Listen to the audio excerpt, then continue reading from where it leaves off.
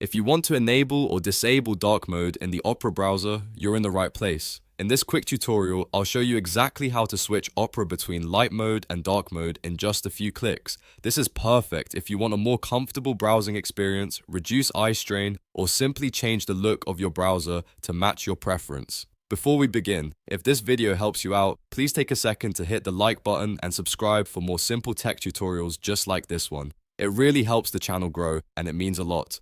Alright, let's get started. First, open the Opera browser on your computer. In the top left corner, you'll see the Opera icon. Click that icon to open the main menu. From the menu, select Settings. This will take you into Opera's main settings area where you can customize different parts of the browser. Once you're in Settings, look for the Appearance section. This is where Opera keeps the visual options for the browser, including theme and the display settings. Click on Appearance to open those options. Now, find the Mode dropdown. This is the setting that controls whether Opera uses a light theme or a dark theme. Click the drop-down and you'll see the available options. To enable dark mode, choose dark. If you want to turn dark mode off and go back to the brighter look, choose light.